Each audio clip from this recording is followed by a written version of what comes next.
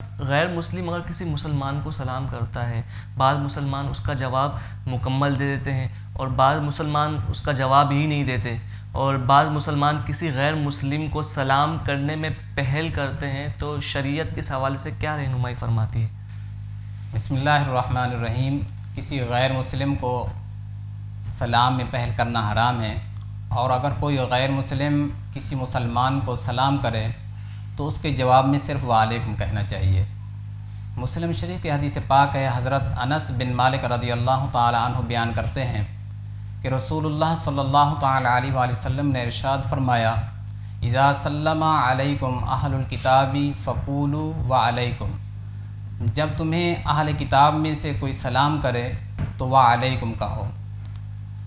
دین اسلام ہمیں نفرت نہیں سکھاتا بلکہ حسن سلوک اور ہمدردی کی تعلیم دیتا ہے۔ اگر کوئی غیر مسلم سے ہمارا سامنا ہو اور ہم اس سے منہ موڑ لیں تو اس سے مسلمانوں کے بارے میں منفی تاثر پیدا ہوگا، اور یہ حکمت دین کے منافی ہے۔ لہٰذا ہمیں چاہیے کہ سلام میں پہل نہ کریں، اور اگر کوئی سلام کرے تو صرف وعلیکم کہیں۔